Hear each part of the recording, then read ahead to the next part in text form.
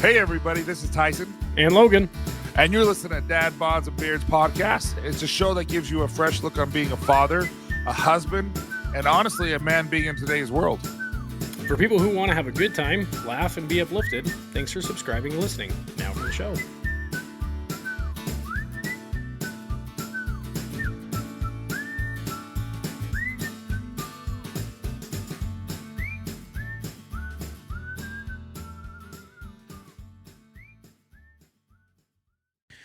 All right, everybody, welcome back to another episode of Dad, Bods, and Beards. We've got another special one for you here.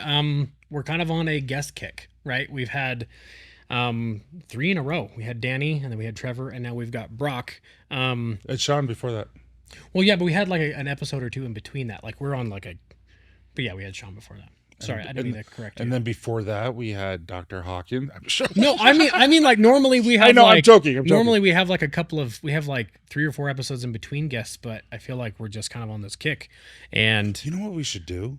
What should we do? We should bring all of them back at the same time. Yeah. And just have a huge Well, conversation. everyone knows each other except for Danny. Danny be like, what the heck am I doing here? But today we've got a buddy of ours on, Brock Painter. Kind of the same thing, like a new buddy, but like feels like we've known each other for a long time because we've been at like freaking 5 or 6 or 7 events together now. We've sat in a sauna. We've bonded a couple of times. We've He sweat taught me together. how to breathe. We've cried together. We've been very, very cold together. But I'm going to read your intro real quick. So Brock Painter is a certified professional practitioner coach with a bachelor's degree in psychology and accreditation through the IAPC&M. As the founder of Neuromastery, a mind and body performance company, Brock has dedicated his career to helping individuals create massive lasting transformation across physical, emotional, spiritual, and mental dimensions.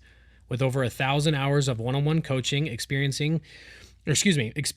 he draws on both science and experience to guide clients towards peak performance and resilience. An avid ultramarathon runner, Brock practices what he preaches, continuously pushing on his own limits and using his experiences to inspire others. Brock's unique approach combines psychology, resilience, training, and holistic wellness to empower individuals to thrive in every aspect of life.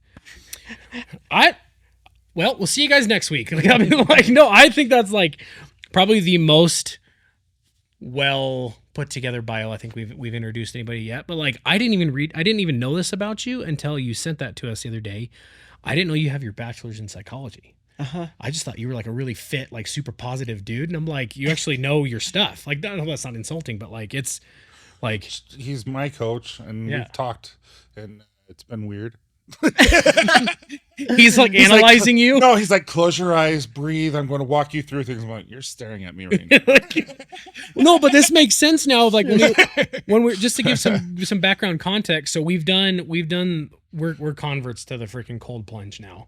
Not just ice baths. I feel like there's a difference between ice baths and like cold plunging. Yeah. Which it's the sitting in the sauna for 15 minutes and then immediately 4 minutes in the cold plunge. And this is like it's like the refrigerated, recirculated water that's just colder than all get out. Well, I screamed like a. You screamed. I'm not even gonna say that's an insult to girls to say you screamed like a girl. No, you were like barking like a seal.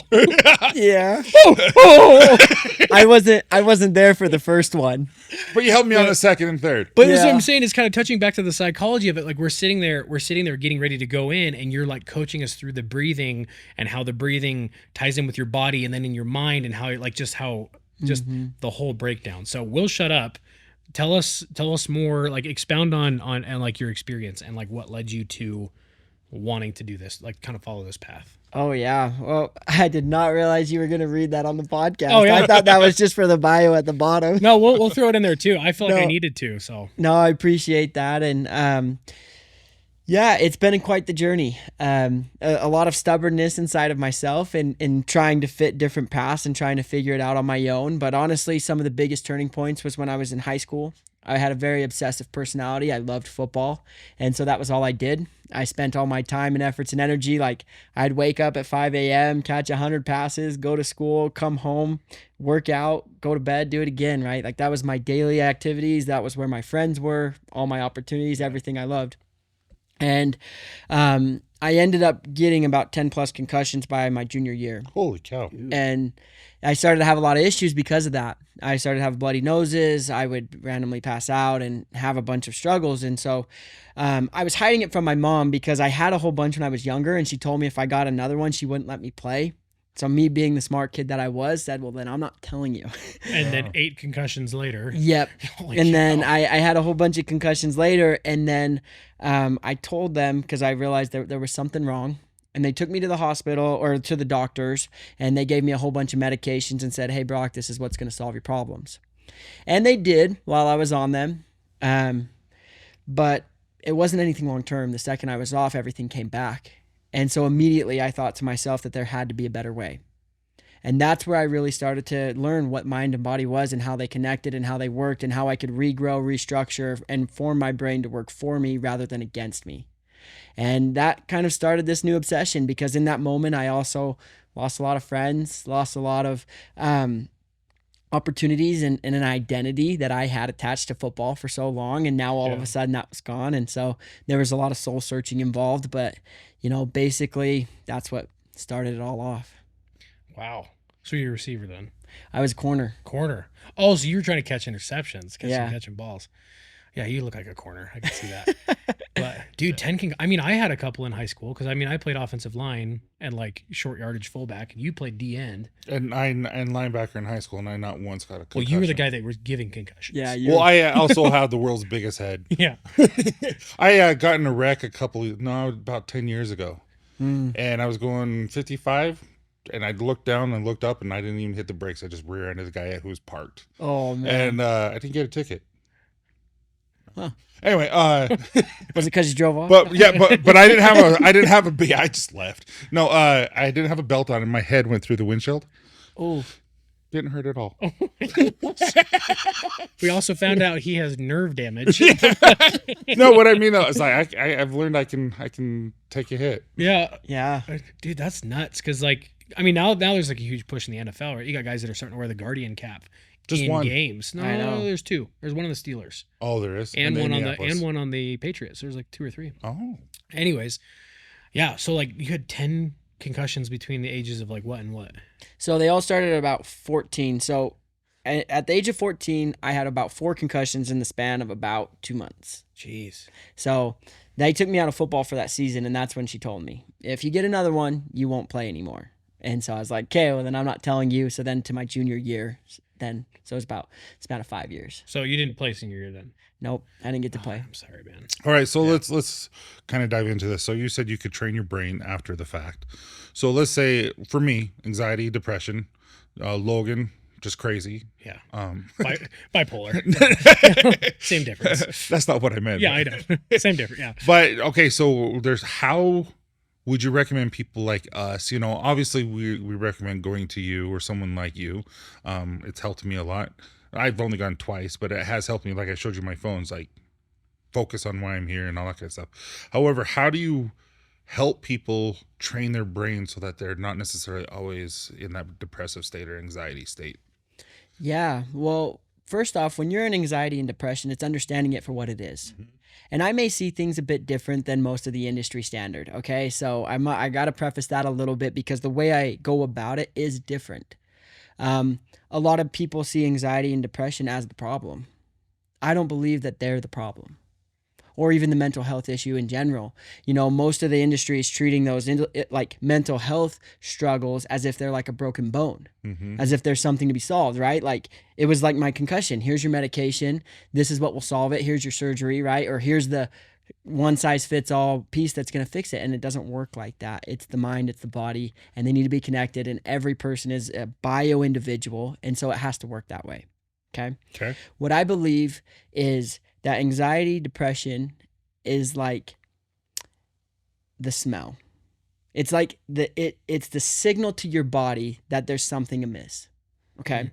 So like, for example, a lot of times people will treat it as if it's like the meat and the potatoes. Anxiety needs to go away. Depression needs to go away. They're not. They're beautiful parts of who you are. They're parts that save you, that help you, that grow you. They're not something to be rejected. And the more you try to reject them, the more they consume you. And the more you feed that monster.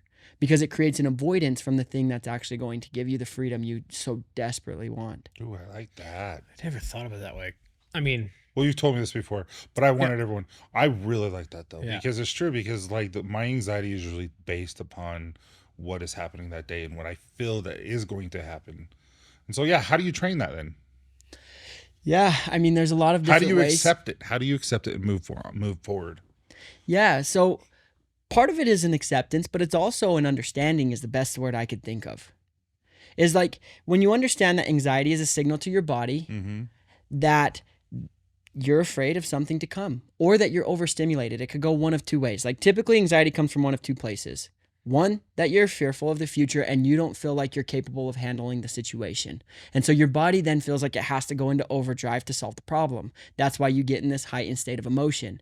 You lose your prefrontal cortex, the part of your brain that is installed for rational thinking goes away because that's what takes the most energy to think. And if it doesn't feel like you're going to be able to handle it, it goes in overdrive, right? Or we can be overstimulated where there's too much technology, too many things that are stimulating us at one point in time that we live in a reactive state, always putting out fires and feeling like you're just drowning, okay? Then along with that, you got depression. That's another signal. Like the best signal for depression that is trying to tell you is it says, hey, I don't like this character that you've chosen to play in this game. Almost 100% of the time when I'm dealing with depression, it's because somebody is not aligned with the person they're being. Their thoughts, their actions, and their words are not the same. And so they've lost alignment with themselves to where their body feels depressed because it doesn't like how they're manifesting themselves. Jeez. interesting. No, I like that. I mean, I'm like flooded with questions because like I've in my kind of like journey, right? So like everyone who's listened to the show for a while has kind of heard my story with bipolar, and I won't go through the whole thing, but so I'm like 7-8 years deep after getting diagnosed, and I've gone from like on Adderall, misdiagnosed, seeing crazy stuff, like crazy hallucinations, to on like a whole gambit of medication to keep me balanced, but like didn't feel great, versus the psych I'm seeing now. She's got me on one medication one time a day. It's more balanced than I've ever felt, but there's also, she puts a lot more pressure on me to also like manage things myself, like positive pressure of kind of like, she puts more accountability on me of kind of like, you're not just going to take pills the rest of your life. You're going to work on different things because you're in control to an extent. So how does that work for, so yeah, like a lot of people will experience anxiety or depression, right? Like whether it's chemical, seasonal, situational, things like that. What about someone like, maybe someone like me who is like diagnosed chemical imbalance, like bipolar, more like personality or like a mood disorder, not so much like a, emotional situation. Right. So I want to preface this. Always go to your medical care. Yeah. Oh yeah. provider 100%. first. Yeah. This is just how I would go about it with you. But I would bet as she's worked with you, right? Yeah. She's made you face some of those fears, some of those challenges and things that you were afraid of that were causing you to have these triggers, that were causing these extreme outbreaks, right? Yeah. And a lot of times that's what it is when our body goes into hyperdrive, it's because it's lost trust in us. We often think that we need to build trust with other people, and we do that by showing up, by doing the things we say we're going to do, by, being someone that's kind and things like that. But we often forget that we need to do that for ourselves. And if our body doesn't trust that we're going to do that for ourselves, then it's going to take over. And so it loses that trust, and you start to get these emotional reactive. Like if there's someone that's going to hurt you, you're going to go into fight or flight, right? Interesting. Yeah. Fight or flight is an irrationally thinking brain. It's very emotional. And so what that does is says, okay, well, if you're not going to be able to protect us, I'm going to. That's funny you said that because that's it's funny because one of my biggest issues is I get something called amygdala hijack, where my fight or flight sensor gets triggered and I get stuck. Like I get stuck there. I almost kind of get stuck in this like chemical roundabout inside my head. And then I am way overly emotional, neurotic, like instant reactions, no thought process. And that's what sometimes the medication helps me, with that. And so it's interesting that you said that because I can see the crossovers between like what she's said and what you're saying of just like the accountability. And one big thing I will say that helped me a lot was, I was ashamed of it for years. Like you said, I used it as kind of like this thing that I hid because there was some mistakes and problems that came from it. And it was more as soon as I started taking accountability and then using it more of like a platform and not so much as a crutch, Yeah. I think that's when it changed for me. See, I love that distinction that you just made, and I hope all the listeners heard that. Is like you started to use it as a platform rather than a crutch. You know, in today's world, it's almost easier to say, hey, I have anxiety, and so everybody around me needs to adjust to what I'm going through. Sure. And what that does is it then validates why you are the way you are, and it makes it go deeper when it's not something you're necessarily aligned with or who you want to be. And so I'm a big proponent of living out of want. Most people want to live in needs, have tos, and shoulds, and they believe that that's more valid than want. And I believe that's a very fearful place to act from. And so a lot of times when you're struggling with mental health, that's the first thing. Oh, I need to be doing this. I have to be doing this. We start to go into those places. So like definite. Instead of, want is a place of abundance. It's a place of opportunity. It's a place of, this is a platform. This is a place where I could provide support. This is something I could learn from. This is something I can grow from, which as you start to live from that place, you start to be able to speak the language of the subconscious mind.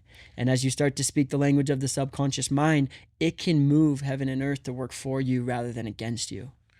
This is the kind of stuff I've been telling you about, dude. Because I've gotten really heavy into like the intentions and thoughts and like speaking things into reality and stuff. And like, this is like really... And UFOs and... Well, Sasquatch. Those aren't fake anymore. Those aren't fake anymore. The government said those are real, and we can trust that. But dead serious though. So let's say we have children, maybe 6 of them. I don't know. We, as in you, have 6 children. And as a parent, you learn how to parent. Like I still learn. I have a 20-year-old. You just met Isaac, but then also I have an 11-year-old, and they all mix in between. And so you continue to grow as a parent and learn how to help them better and all that kind of stuff. So I have children who are on the phone, and you give them rules and you give them, parental controls and things like that, but they're still on their phones and all that. And even though that you give them a certain allotment, you can see how it's affecting them. You can see that it's not a good thing looking at TikTok or YouTube or Snapchat, all that. So as a parent, what do you do to combat that? I mean, obviously you take the phone away and all that, but they're still going to go to school, and they're still going to see these things. They're still going to hear these things. So what do you do as a parent? Yeah, it's a great question, and honestly one that I recently had as well, and I've kind of been a little bit obsessed about trying to figure out. So one of the biggest things, especially for males, is pornography. Okay? So I just had a professional guy who we literally were just talking about this about an hour ago. Yeah, one of the leading coaches in the pornography world. His name's Sam. Okay, and what he does is he talks about it. So a lot of times, what a parent wants to do is say, "Hey, don't watch pornography. Don't do it. It's bad for you. It's not going to help. Get rid of your phone. Put all these blocks on it." But here's the thing: every kid is going to see pornography. Every kid is going to have social media. You're not getting rid of it. Even if they don't have a phone and they live in a cave, eventually they will encounter it and they will have to deal with it. And so it's not a matter of saying no. It's a matter of training them to be strong. Strength is an interesting thing, because a lot of times when we look at strength, is we think it's learn to handle the things that are in front of you, right? The things you think you can handle. But that's not strength. Strength is being able to handle the things you don't think you once could.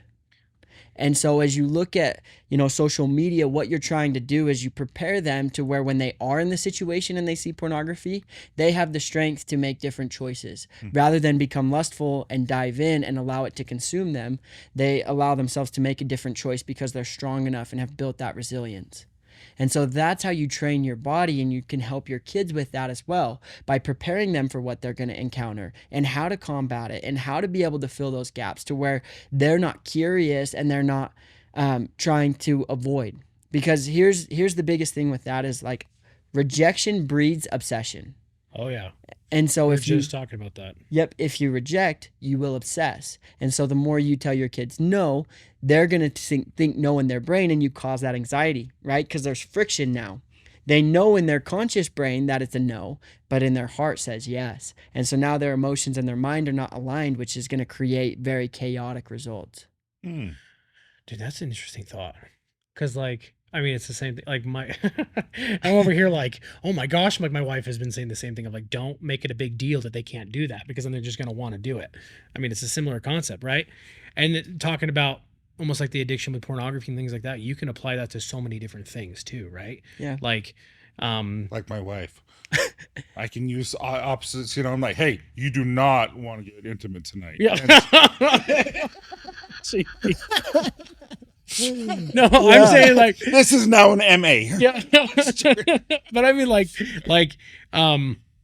for instance, like growing up how we grew up, right? Like 80s and 90s and like that. I mean, you're more of, what year were you born? 1996. Okay, you're still in you're 90s. I graduated in 98. No, he's in my group, right? I'm 89. We're there. Up. Yeah, he's an old guy. but like you grew up in the same era where pretty much it was just kind of like suck it up, be quiet, you know, or like don't cry. I mean, I don't know. I mean, I'm not speaking for your parents. I don't know how you were raised, but basically it's like, you know, you don't talk about your struggles versus now, you know, because of some of the things that maybe we've gone through, and at least in my experience, my daughter is starting to show signs of like anxiety and things like that here and there, and she's 8.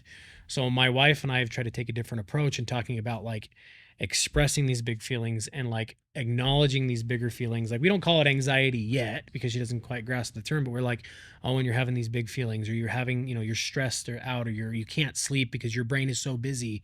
And so we have this friend. I have this friend on social media. She has something called the Lily's Anxiety Toolbox, because her little daughter had anxiety, and so she built this toolbox of things that she can do that bring her happiness and bring her joy and bring her calmness. So we're trying to instill in our daughter, if you're feeling like this, almost I'm realizing I'm like, find something that helps you realign with like what makes you happy, what makes you calm, what makes you so. Just this approach of, instead of telling her like, don't think like that, you know, go to bed, be quiet, you know, calm down, just like that just is going to heighten the situation. It's just going to stress her out more versus, so it's just kind of reaffirming to me as a parent that like, we're doing okay. Yeah. You Or are. like, I'm doing okay. My wife's doing great. My wife's kicking butt, but No. What about eating disorders? So it seems like women, so you were talking about men and pornography, and that's how they get you on social media and stuff. I feel that like they go after the insecurities on women. They do. And I've seen it affect my kids. I'm sweating. Cool. That's why I always put my hat when I wear a hat, because I start sweating. No, but I've seen my daughters get affected by it and all this kind of stuff, where I can see it in their morale that they're just down because they're not perfect, and you know, all this kind of stuff. So how do you combat that? The insecurities of teenage girls, so to speak, and boys. Yeah. So I actually used to work in a boys' home where we would help with that. A lot of the boys had eating disorders and struggled. It's a big thing everywhere. Yeah. I'm learning. But this is just my belief, okay? I don't believe these are things to get rid of. And that's the hard part, is we look at anxiety and we see the negative side effects of it because we want to get rid of it, right? We think, oh, she has anxiety, I want it gone. Let's teach her to be happy. But then what you do is you set an unrealistic standard. yeah. Like, and I'll tie this into your question about eating disorders, but I believe when it comes to these struggles in life is because we think that there's one way that's right and one way that's wrong. And so what we do is we take the happy emotions, the ones that feel good, and we think that these are the ones I want to reside in, and these are the ones that I don't. I want to get rid of anxiety, I want to get rid of depression, and it's not the point. All of them are very beautiful parts of who you are. Like the part of your daughter that wants to feel enough, that's driving her, and may have self-destructive patterns to where she doesn't eat food. But there's a beautiful part that's saying, you're not enough, this is how we're going to do it. And that beautiful part, if learned how to grow strong and learn to be loved, so that way it could manifest itself, and that it's okay to not be enough, and that it's okay to have anxiety, and that in that anxiety, you can still be strong and operate and think. It's the same thing that happens in the ice bath. You get in the ice bath, your body goes into fight or flight, right? First reaction is, I want to make the cold water hot. I want to breathe so that way this cold water isn't cold anymore. You're not going to make the cold water hot. You're not going to turn anxiety into something that it's not. You're not going to make the girl all of a sudden have confidence that's not there. And so that's not the point. What you want to do is to help her understand that even though she's anxious and scared, she can still be okay and safe. She can still operate. She can still eat food. Even though she may not see a beautiful person staring back at her in the mirror, that's okay. She can still eat. She can still be loved. She's still worthy of being cared for. And eventually you'll learn to love yourself, and then you teach her how to do that. Like when I first start working with someone who has trauma, the goal is to never get rid of the emotion. It's 1, to learn to tolerate your external triggers. So it's not get rid of them, it's tolerate them. Befriend your inner experiences. So then everything that's going on inside that we deem as weak or bad, we befriend them and we get to know them. And then the last one is learn to take action. We like to skip the first two and jump straight to the third, and then we end up lost, scared, and in more chaos because then we feel like we're not enough.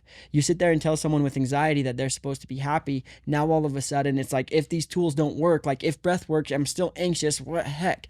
Breath work isn't going to make you less anxious. It's going to help you feel safe. Does that make sense? Oh, 100%. I'm eating this up, just so you know. Yeah, I'm This like, is amazing. so the thought I keep having while you're talking is like, so we say all the time, and it's pretty common in like in the mental health world, mental illness world, is saying like, it's okay to not be okay. So it's basically, and correct me if I'm wrong, it's almost like you're saying the same thing, but it's almost making it more proactive of like, it's okay to not be okay, but now we're going to make these things like work for you. Like that's what I'm picking up as kind of like, don't try to shut out your anxiety. Don't try to shut out your depression. Don't try to shut out the thing, like, mental health or mental illness issues. Like, find a way to like understand that part of you, and then find like how to, what's the word I'm looking for? It's almost like you're utilizing that to like, instead of feeling like, oh, I'm not enough. I'm like, no, utilize that as like the fuel you need to like better yourself. Right. Yeah, it's the signal. Okay. Yeah. The signal. There you go. That's the word I was looking for. It's like, that's the signal of like, hey, something's off. We need to approach things differently and use this as a jumping off point. Yeah, like Okay. let's say depression pops up. That's a good signal to tell your body like, hey, I don't like the character you're playing. I'm probably being inauthentic to myself. Okay. What needs adjusting? Who am I? Who do I want to be? Not who do I need to be? Because some people can live their entire lives and build their identity based off of others' expectations, and that's not it. It's okay, well, what's misaligned here? Oh, I'm anxious about the future. Why do I feel like I can't handle it? What do I need to learn so then I can feel confident that I could handle it? Now, all of a sudden, there's an opportunity to learn. And just getting into the neuroscience of it a little bit, because that's where I get very passionate, is, we have these dopamine. And a lot of times we think of dopamine associated with pleasure centers, feel good, right? 100%. Not always the case. Dopamine, more than anything, is like a currency. So you could buy drugs with it, or you could buy your family food, right? It depends on what you're exchanging it for. And so what happens is we have these, and the dopamine is really tightly associated to your pleasure and seeking centers of the brain, the part that says go out and do and change and create movement, okay? So what's happening here is when our brain feels like it's found an answer, it will stop searching. It will stop seeking. So if it says, I'm anxiety, they need to change, or if it can find blame in somebody else, like if she can say, well, my dad did this, and I'm this way, and then that's it, then the blame stops with you. Mm-hmm. But whoever has the blame has the power. And so until the finger of blame points at your own chest, you're stuck. And so with the brain, when you can point it here and say, what can I learn? How can I help here? What needs to be changed? All of a sudden, that seeking center, it wants to maintain correctness at all costs, like obsessively. And so if you can tell your brain that it is incorrect, it will move heaven and earth to get back into a place to where it can find that equilibrium. And that's where the magic starts to happen. So how do you, with that thought process and like that kind of what you're saying, how do you break through to somebody that may be in like the deepest of depths of like depression, like somebody who may experience it to like a very, very difficult level, or somebody who's experiencing mania, or even, people who are schizophrenic, or like someone who has some very, very serious things that they've dealt with that, when they're in those deepest spots, they're not looking, their brain's not telling them like, oh, how can I be better? They're telling themselves like, I need to be done. Like, and they become suicidal, or they become like hurtful to themselves or to others. Like, how do you get someone, how would you break through to someone, or attempt to break through to somebody that might be that deep in, whether it's, for a short period of time, or it's been like extended long lasting. Yeah. So this is just what I would do, but with schizophrenic and mania, different category. Sure. Okay. Suicidal though, if you want to help a hurt dog, put them in a healthy pack. Community is one of the best things that can help. Let them know they're loved. Let them know they're cared for. Let them know that there's people there that they don't have to rely just on themselves, because they don't feel like enough, and they feel like they're a burden to the people around them, and that nobody cares, nobody understands. And those are the biggest lies our brain tells us. Like the number one thing that I feel like are the biggest lies our brain tells us is, one, we can't do it, you're not enough, and that you're all alone. And so if you want to help a hurt puppy, put them in a healthy pack. And with the community, it just helps set a standard that they're loved and cared for, and that there's opportunities, and that it doesn't have to be that way. Especially people that have come from suicide to the other side, like it can be a very unintimidating way to get them to move and understand and see things differently, because obviously they don't wish it to be that way. That's just how they believe it is. And so if they can see a different path, it can start that search center to come back on and give them just a little bit of hope.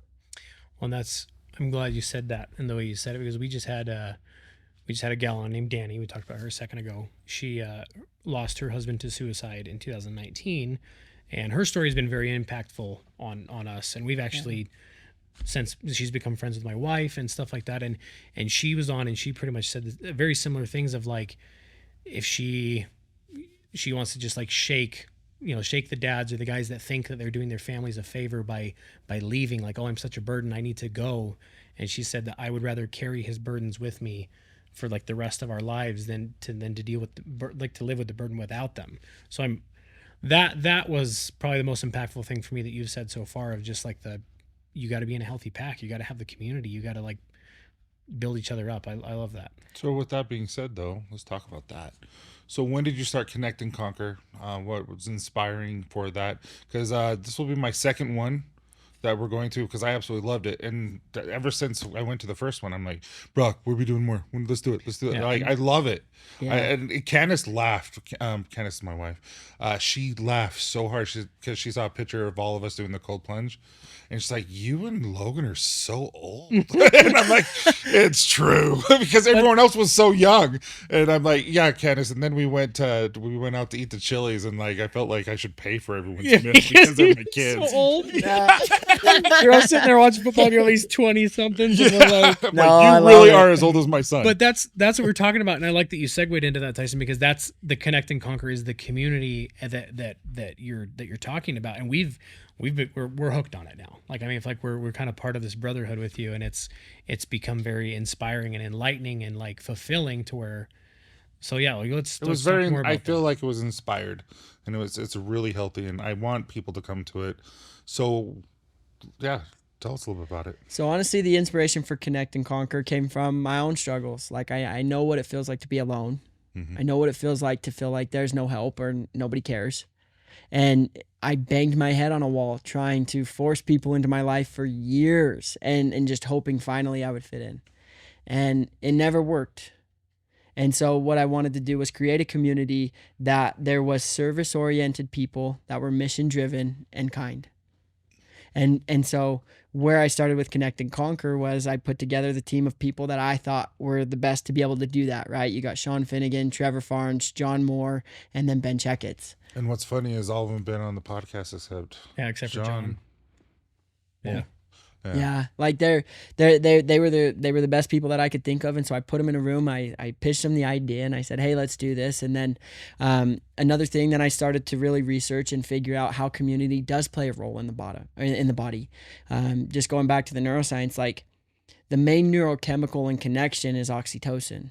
Oxytocin increases pro-social behavior, so it increases connection to others, makes you want to trust, which is the thing your body wants to do the least.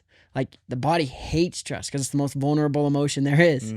And so what it does is it brings that out of people. And then on the other side, it increases your pain tolerance. And that's what a lot of people miss. And so when you have a community and you know that you're backed up, then all of a sudden when you're out in the real world, taking on challenges, doing things that are scary, you feel like you can do it. I wonder, sorry to segue, like, I wonder if that's why we're pushing so hard. Yeah. Because we have each other's backs. It's like a and just super push. positive cult, and I dig it. Yeah, no, I'm just talking about me and you. No, 100%. Yeah. Because me and him, ever since me and him have become friends, we've kind of like went crazy. Yeah, we've been Like, well, let's do this. Let's do this. Let's do We've this. been pushing. I mean, that's just funny. We talk about this all the time. People who listen to the show are probably so tired of it. Of like Oh, the they are. snowball of events that have happened when Tyson and I were doing this, and then John reached out for me that's how this whole connection started. John and I went to freaking lunch, and it stayed there for 2.5 hours, and I think we both cried at points. And then that's how we met Tommy. Oh, I know. I don't cry very often. I cry all the time.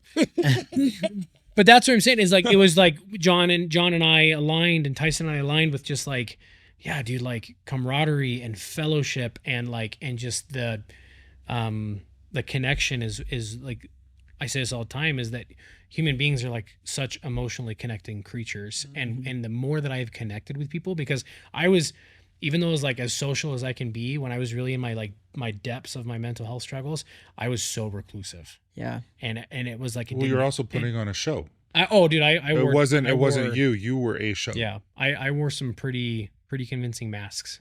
Yeah. And then people think you're okay, but you're just screaming behind that mask. Right. Mm-hmm. So I love Connect and Conquer. And the cool part is this episode is going to come out the week that we're doing the Connect and Conquer just down here in Provo. So, Oh, cool. Yeah. Is it connectandconquer.com? Yeah. Okay. Or Connect and Conquer Festival. Yeah. Sorry, there's so many questions because I just love this conversation. Okay, so you have 4 facets when it comes to Connect and Conquer. You can tell me what they are. You can tell everyone what they are. Yes. Because I want to ask a question about it after. Okay. Yeah. So we have the 4 pillars of a healthy person. So physical, emotional, mental, and spiritual. Yeah. Yeah, and so we created we have a Facebook group and all this kind of stuff. It's called a Foundation of Power, and I'm dead serious. It's like, because I feel like a lot of people wanted to create a weight loss group, or a lot of people want to create a mental health, and I'm just like, you taught me through that first initial thing is that if you are trying to better yourself, you're not just trying to lose weight, or you're not just trying to work on mental health, you're not just trying to do this. Like, it's all inclusive, and I absolutely love that. And so we created this so that people can go in and from all around the world and say, hey, I'm struggling with this, or hey, I just got this done, this is way cool, and we all can cheer you on and stuff like that. So I love that about it. So what is it in your mind that, because I'm losing weight, like, everyone knows now that you're my coach and like you're helping me.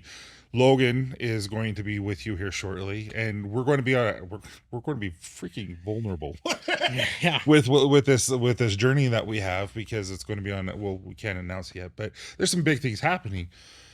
So what is it about working on yourself that all of a sudden, because I'm losing weight, I want to hurry and do this, and I want to be better at this? What is it about it that is all just like a domino effect? So it all comes back to trust.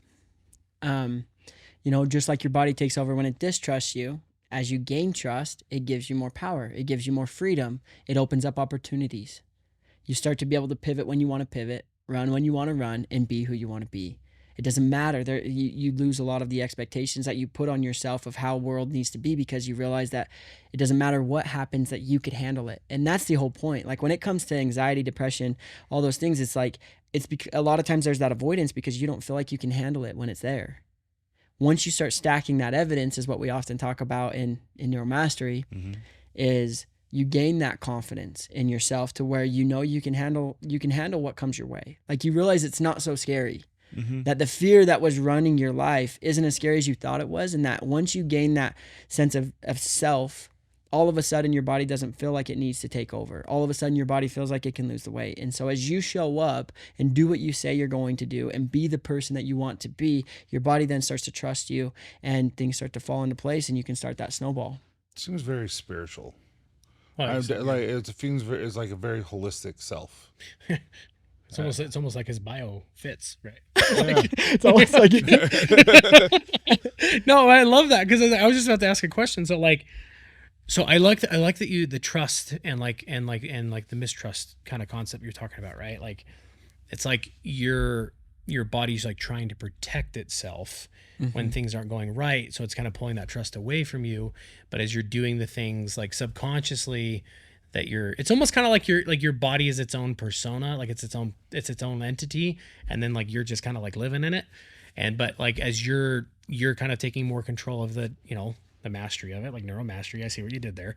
That like it's giving you that more, giving you the trust to be in more control, right? And so I'm a blue collar guy, I'm a truck guy, I'm a machine guy who do excavation, and the analogy that keeps coming through my head is there's something called diesel exhaust fluid. And any guy who knows what that is. Diesel. Okay, so diesel exhaust fluid is the stupidest thing that's ever happened to diesels. But the thing is if you're running low on this diesel exhaust fluid, the truck will put itself into limp mode. So it'll start reducing its own power to protect itself. Yeah. But guys like me, that frustrates me because I'm also pulling a trailer with a machine at the same time. So it's not it's still driving, but it's not like performing. Like it's not gunning it up the hill. The turbo's not spooling. It's just kind of putt-putting. Right. But when you give it what it needs, which it's asking for, like, hey, I need this, and you start going more in line with what its system is asking for, then it's like, all right, dude, I'm ready to work. Let's get to work. You gain freedom. You gain a little bit more freedom. I gain more control. I get less frustration. I'm getting to my destination quicker and safer and things like that. So that's where that was connecting my brain of like, as I'm doing more of what my body naturally wants me to do, my mind, my body, my spirit, my soul, all that stuff is, like telling me I need to do, then it's like the freedom comes with it. So like, I'm digging this. Like I talk out, if you can't tell, like I like work through and like I'm processing this and thinking it at the same time. So I'm going to repeat what you just said back to you. I love it. I'm sure a lot of people had the same thought process. Oh, he does it to me all the time. And He'll say the same thing like 4 times in different ways. I'm like, He's like, I'll stop talking. I'm like, Then no, it's fine. Then he pats me on the head and he gives me a treat and he's like, hey, go. I kiss his forehead and say good night. Good job. Good job, buddy. Good job, buddy. But no, I love the approach to this because unfortunately on social media, there's a lot of times people who will just be like, oh, you got to get over it. Right. Oh, it's all in your head, whatever.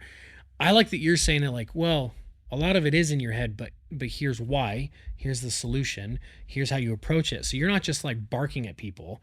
You're giving them like, yeah, here's the problem, but the problem is not the problem. The problem is just, it is what it is and it's there. So I like that you're not villainizing the things that people struggle with. You're putting a spotlight on them and like showing people how to control them in the best way possible. Yeah, and honestly, I mean, I love that. Yeah. Like shining that spotlight, it makes your skin squirm. Like it makes you squirm. Oh yeah. Makes you uncomfortable.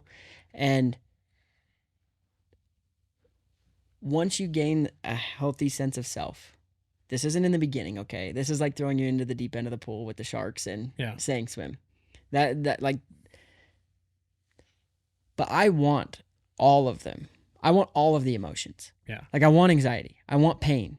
I want stress. I want happiness. I want excitement. I want everything this world has to offer. Whatever's going to help me become the person that I want to become, I want it in my life.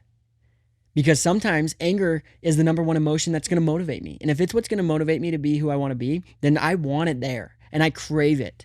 If excitement's what's going to get me moving, then get me excited. I want it and I accept it and I embrace it. Pain, whatever it is.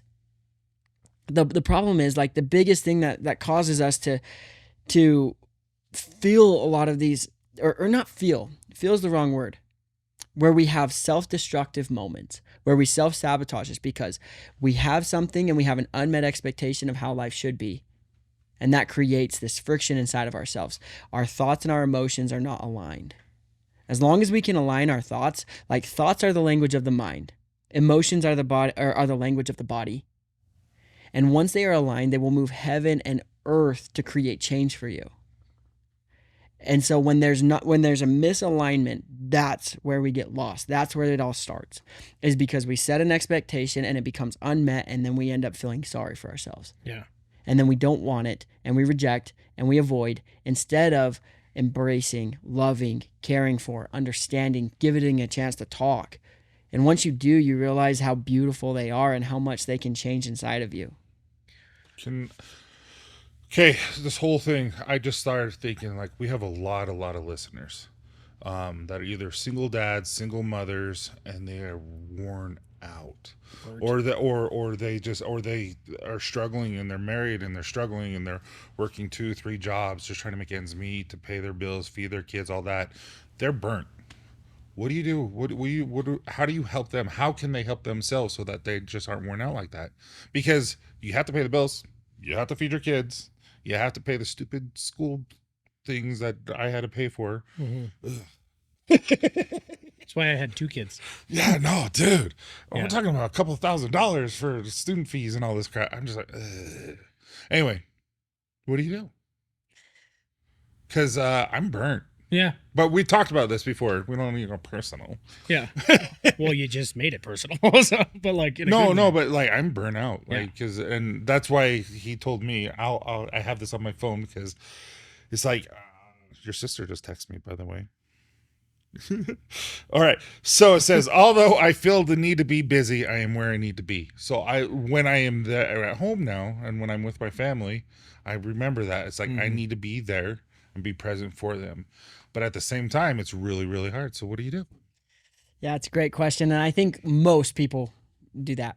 Most people live in that state, I would. Oh yeah, absolutely. Especially now. Constantly. Yeah. which is, it's the exact words that you said. I have to be doing this. I have to do this. And what's happening is we react in this Survival fearful on. state. It's a survival state. Mm-hmm. Okay. But how many times have you pivoted in your life and had to find different ways to make money or do things differently than you thought? Today, it's a couple, Well, I literally texted you the other day. I'm like, you'll figure it out. You always do. and I did. Yeah.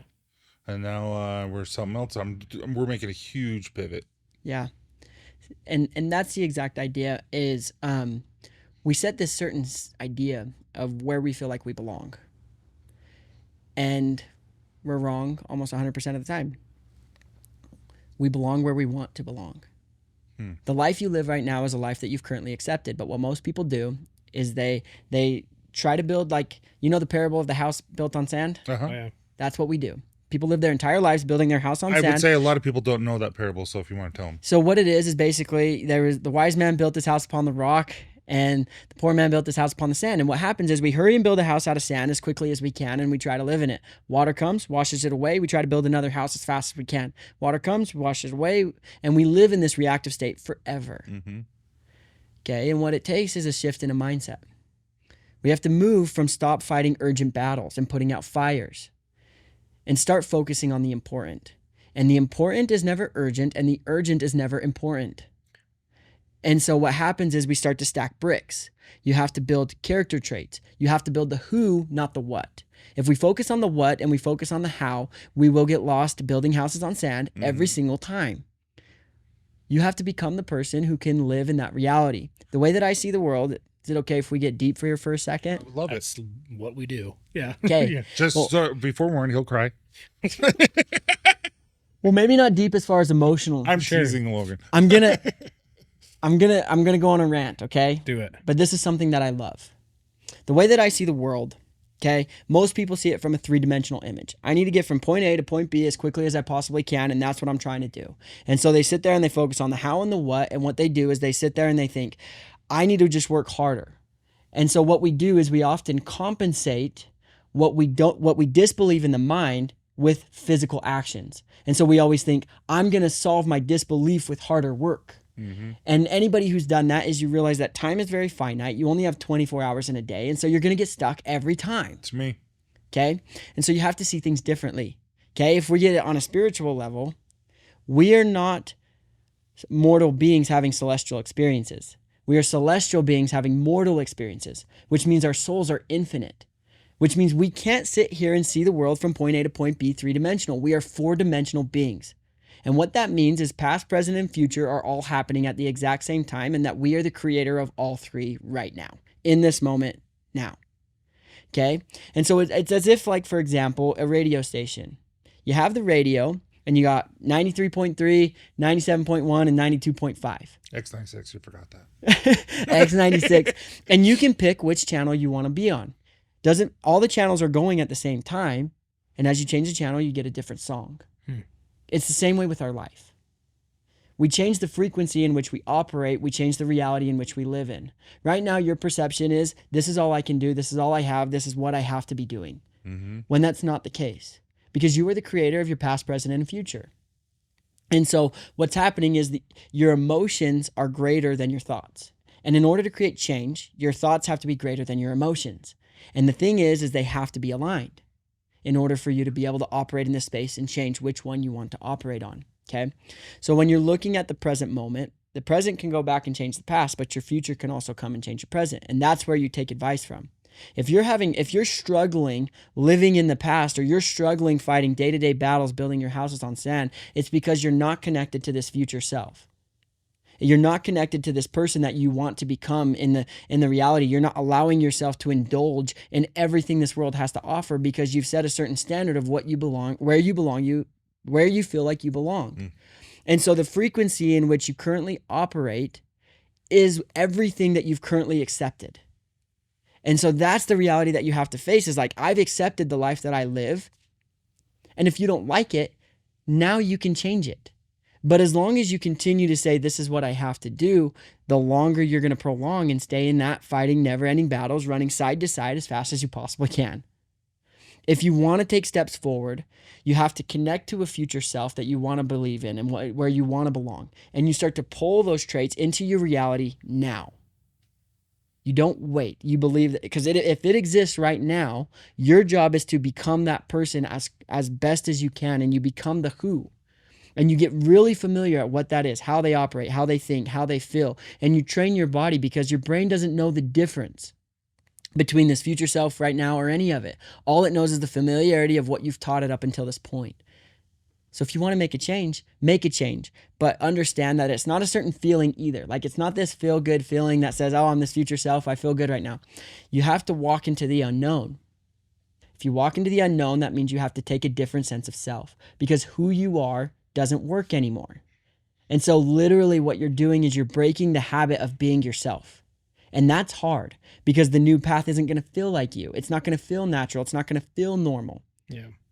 Does that make sense? Yeah, no, I'm totally following. I can go a lot deeper with it, but that's I'm listening to a book that you recommended, the 10X by 2X. Uh-huh. And that's what it reminds me of. And there's one point that I even posted a little bit about today that talks about what you just said in a different type of way. But basically, it's like, okay, so Copper Johns, I want to make $1 million next year. Well, why not 10 million? Well, I don't think it's possible. Well, what do you need it to be so that you can be, so it can be possible? And I'm like, well, I would need this, this, and this, and this. Okay, break it down. How are you going to get that next year? And I'm like, holy crap, it's that easy. It is. But it's not easy, but it's easy. Like, meaning, Yes. like, even if, so let's say I go for 10 million, and these are the things that I feel like I need to make the next steps. If I don't achieve 10 million, but I could achieve 5, because I tried really hard to make those steps. Chills. But it's just like, what you're saying is so true. Well, it's better to fail at the level of our future self than it is to succeed at the level of our current self. Mm-hmm. And so the idea here is you start to act from that place as if you already have it. But one question that you have to ask yourself on that journey is, because there's always trade-offs no matter what you choose. Like, the law of opposition is a universal law, and it applies to everything no matter what. Happiness has its sadness.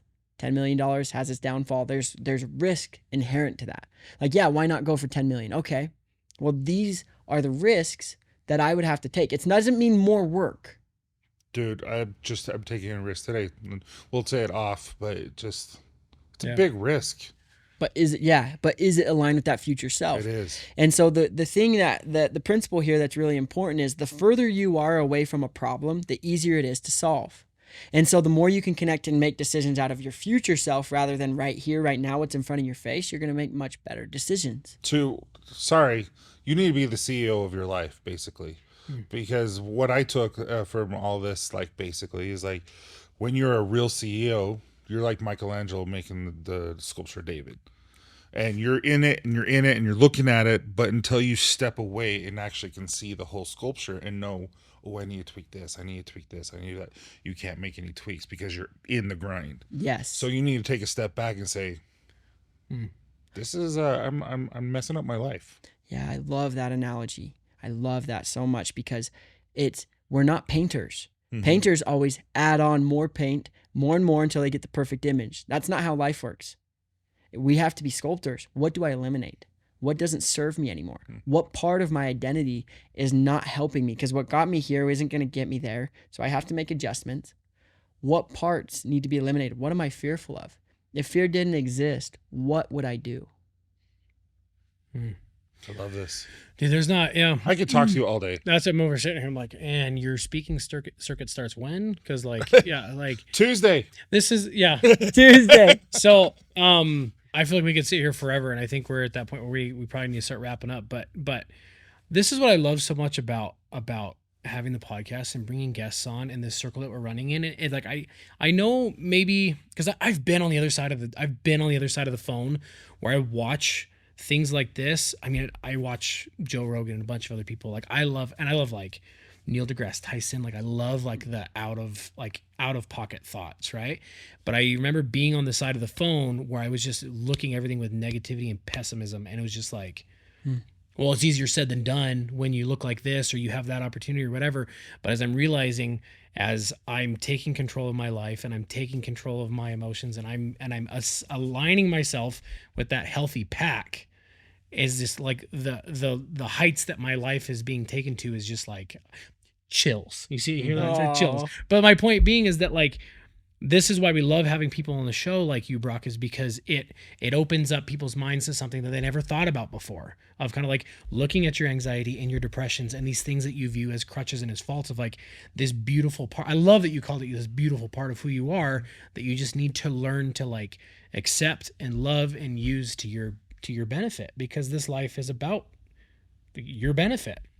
Because when you're benefiting and you're growing, you're bringing up the people around you. And I know that you've got an amazing wife and you've got, I don't know how many kids you have. Just one. You got the one right now. Like, so I know you get the husband and the dad drive. Like I just talk about chills. Like I get that. Right. And I know you get it. And it's just, I love these conversations because it like recharges me. Right.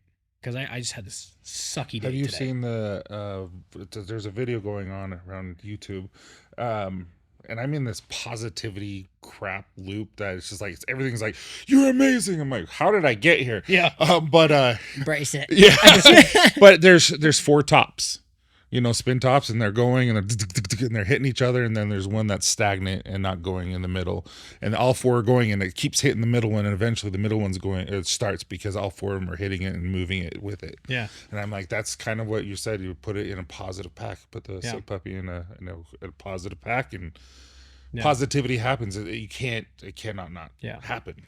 So I love this. I think this is why friendships are so important. Yeah. And you have that good friendships, the friendships that are around you that can bring you up. Yeah, and we like Isaac. to Tyson's son backstage. we like to periodically leave challenges for people that are like listening and watching, things like that. And the challenge that I think that I'm feeling like to kind of offer people is like, be open-minded to the fact that like what you're saying has so much truth and validity to it, because I know that some people will like, well, this is how mental health works for me, or this is how this works for me. And it's just, they don't even want to even cross the barrier that you might have more control over it than you're letting yourself believe. So if you felt any form of tingly or the chills, or you felt like, oh, this speaks to me, grab that and run with it. And I can't wait for the day when Connect and Conquer is outside of Utah. And it is, because I know that's got to be the plan, is that it becomes bigger than just. Well, Dad, Bods, and Bears is going to be that. Yeah. Big. So if you are here in Utah and you did catch this, look up connectandconquerfestival.com. We're going to be sharing a lot of it on our social media. These are events that, I mean, it's this, but like magnified. And I'm so excited that we had you on here and we get to share these things. And we're going to have to bring you on again, because I feel like this was like a Joe Rogan episode for us. Well, like this was a how tease. like deep you got. And I'm like, it was a tease. It was like, hey, yeah, let me show you my shoulder. Hey, I'm Brock. Hey, I'm Brock, and I have a massive 6-pack you can't see. No, but for real though, like I'm grateful your shirt's on today, because I don't think I've ever seen it with that. It's always off. Disclaimer: dad bods, beards, and a 6-pack today. But no, dude, Brock, thank you. This was killer. This is a great episode. I really feel like it's going to help a lot of people. Well, and I'm excited that he's both of our coaches and that we get to. I feel like it's more than a coach. Yeah. Stay tuned. We're going to go from dad bods to rad bods. That's right. Yeah. We got to come up with something better. Yeah, I know. Dad bods to Jack bods. Jack bods. But anyways, thanks, man. Yeah, thank you guys.